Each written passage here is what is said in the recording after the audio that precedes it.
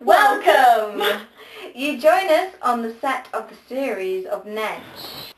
The pilot went out about 2 years ago, was it? Yeah, it was. And then we got commissioned. And this is the preview show where we get to tell you all about the very exciting series that's coming up soon. I just don't know what we're going to do about him. Jen, is there any way I can tell you two apart? Katie, our own mother couldn't tell us apart. But yeah. Sadly, none of our episodes have gone to post-production yet, and so the CGI is actually missing. So some of the shots will seem a little peculiar because the CGI is missing. Sort of, there's some green screen shots. Yeah, obviously we'll talk about the pilot that we filmed. Of course. Should we do that at the end? So episode 2 is where the girls are convinced something strange is going on. Of course, because this is where we sort of realise that Nedge is here today. He's just got to be around here somewhere. He's got to be somewhere where he can live. He hasn't disappeared as we suspected at the end of the pilot, which of course you would have seen. And yeah, he's back and they're trying to sort of find out where he is, what he's up to. Yeah.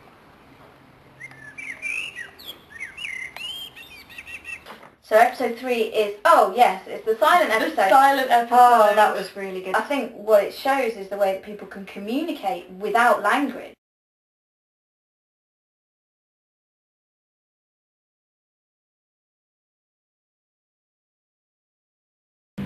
So the next episode, the musical episode. Oh, this is a good episode. This was wonderful. It was a real challenge, did you not think, as an actor and an artist? To, learn the dances, learn the songs, and it was such a different way of filming. I really enjoyed this one. The dancing was really intense. You did quite a lot of it, and then together we did some dancing as well. Yeah, there was a lot of dance training that we both had to undergo, and also we had to really raise our level of fitness to be able to cope with the dancing and singing at the same time. Absolutely, because the director was determined, and we were determined that we would do all of our own singing and dancing. So we've got a very, I'm afraid it's a very, very short clip. This clip sort of epitomises what the whole episode is about. I love this clip. Roll the clip. Yeah.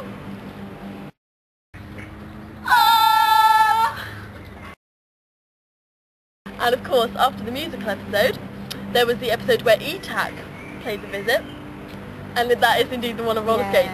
Sadly, we haven't filmed that one yet. What I personally was really excited about was the fact that we could afford a lot of special guests. We have got some rehearsal footage from working with the guests, so maybe we should show that. Yeah, we'll show that. Okay. My evil twin brother is going to summon a hell demon. Can you exorcise it? I only do ghosts. I'm telling you, Mum, Nedge is back. He's not, dear. He's in the Navy. But you're an old ancient warlock. Can't you help? I can't help you now. Stephen Fry as a warlock was just...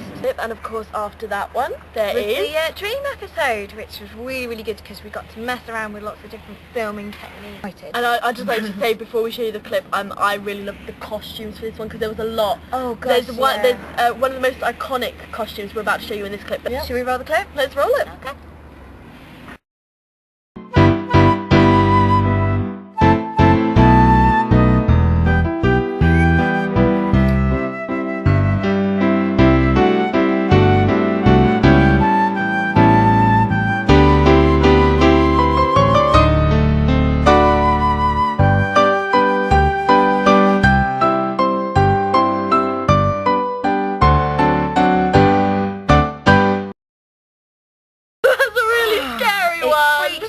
Every time. So the final 2 episodes, 7 and 8, sort of a double bill. Nedge summons a hell demon. Can't really tell you any more because then that would give it away. But we can say that it puts the world in danger.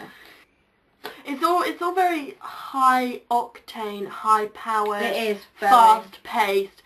Moves along. There's some great chase scenes. I loved the chase scenes. I loved filming the chase. We can show you a chase scene, so shall we? Yeah. Oh no! Drive! Just drive! Go! Oh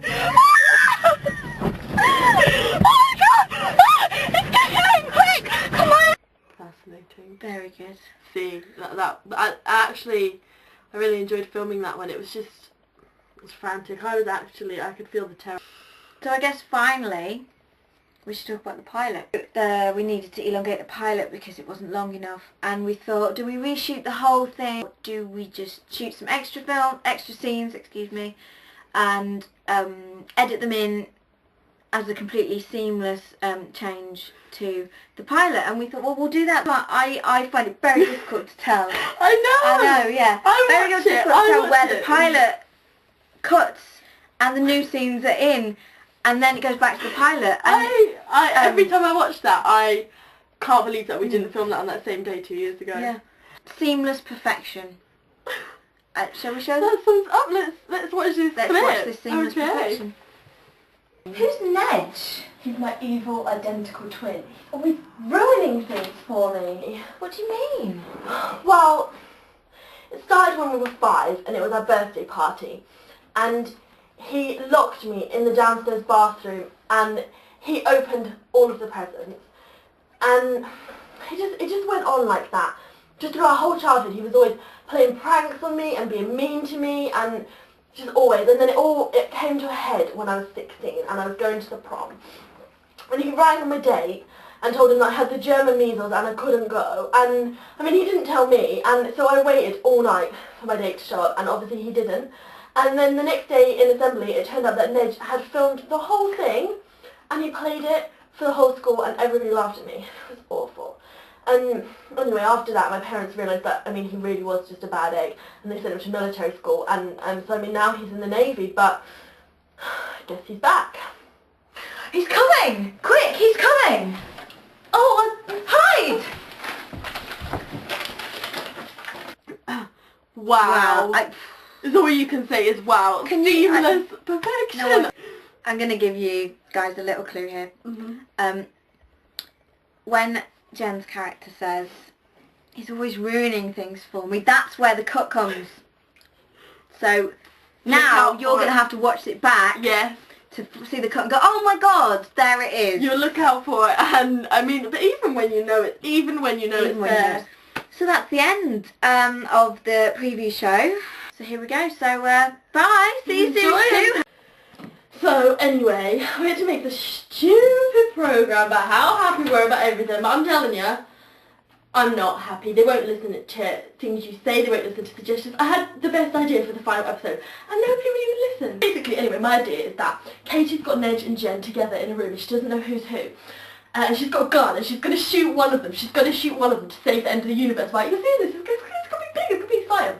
So she asks, what's defenestration? But of course, from the pilot, we know that Ned knows what it is, and Ned says, throwing somebody out the window, and Katie shoots Jen. Then Ned gets up and he's like, oh, ha, ha, ha, I'm going to win, I'm going to rule the world. And then Katie sinks down beside her best friend, and she's like, Jen, I killed you. But of course she hasn't got time to mourn because she's got to go save the world. She goes to save the world, and the shots on Jen, dead. She's coughing, spluttering, but she's alive. And she pulls a Bible out from under her shirt, and the Bible's taken the bullet. They said that was implausible, but all I'm saying is I always have a Bible down my shirt. So how is that implausible?